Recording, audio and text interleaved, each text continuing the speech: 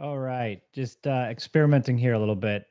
Posting a video on my YouTube channel, and I'm going to just share with you something that I've thought about a lot this year, going into a youth ministry position that I'm currently involved with at a local Chinese church here in Baltimore.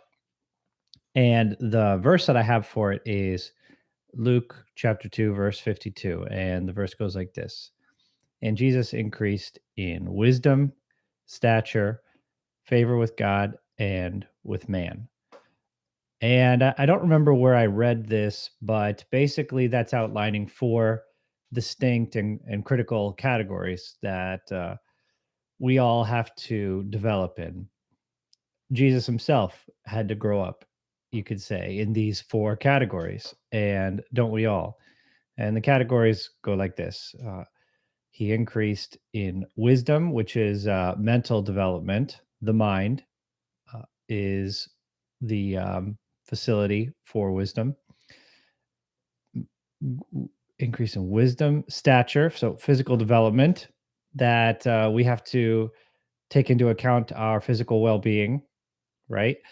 And wisdom, stature, favor with God, that's spiritual development, and favor with man, that's relational development. So these are the four categories that we're considering from this verse: mental, physical, spiritual, and relational development.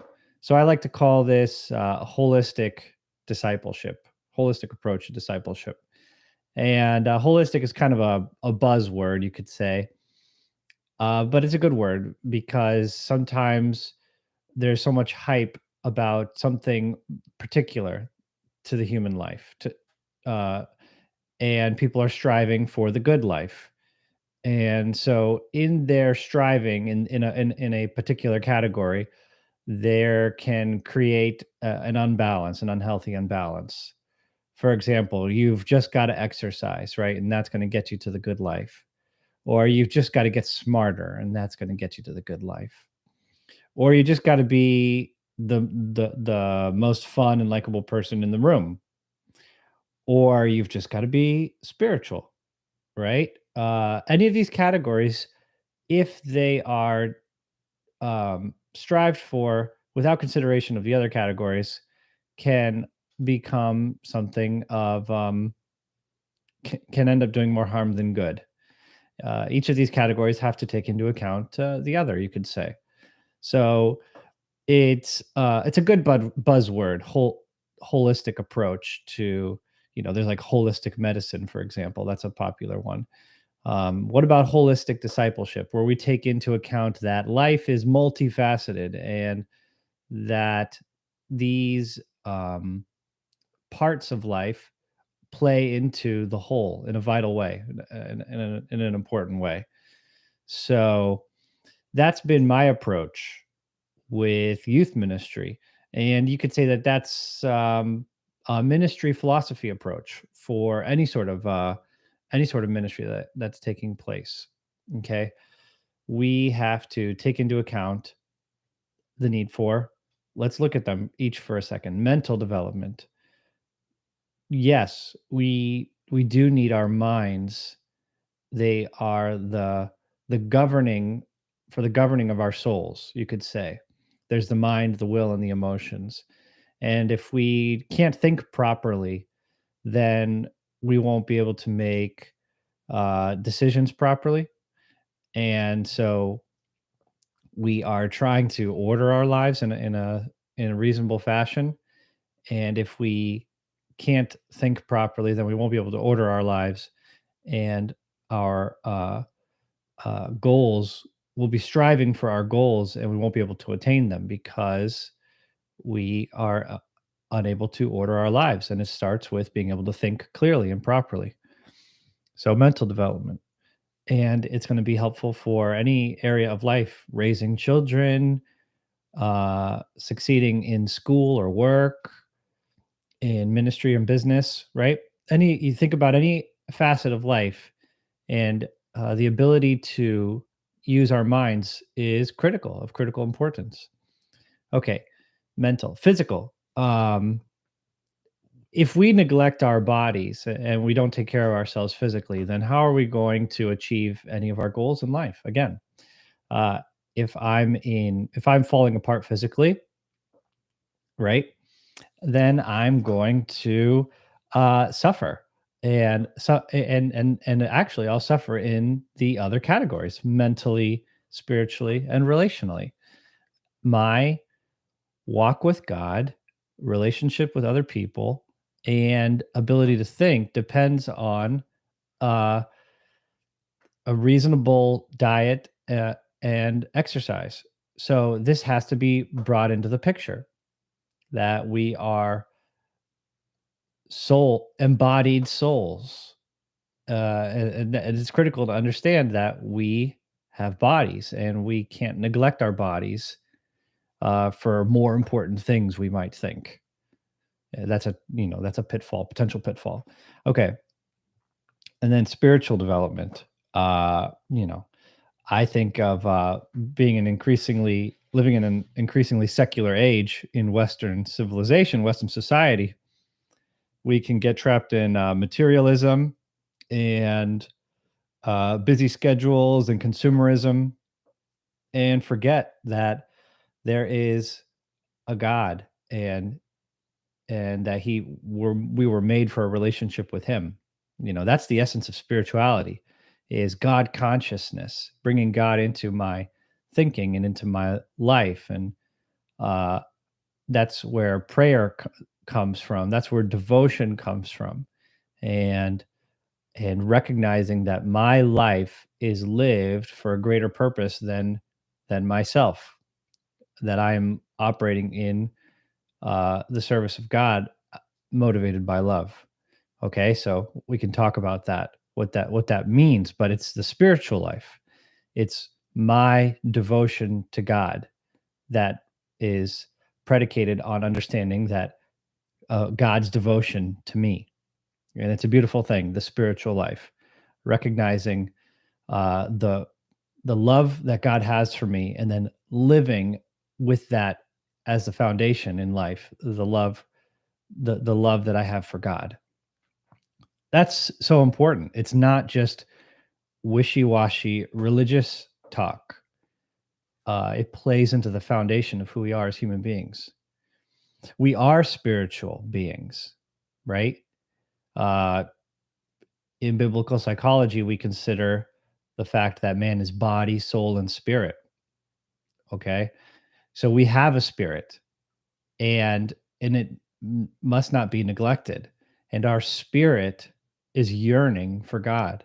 And if we don't satisfy that yearning, if we don't quench that, uh, you know, if we don't address that thirst for God, then we're going to be spiritually dehydrated, and that is going to have negative consequences for us as whole, as beings, as people. Okay.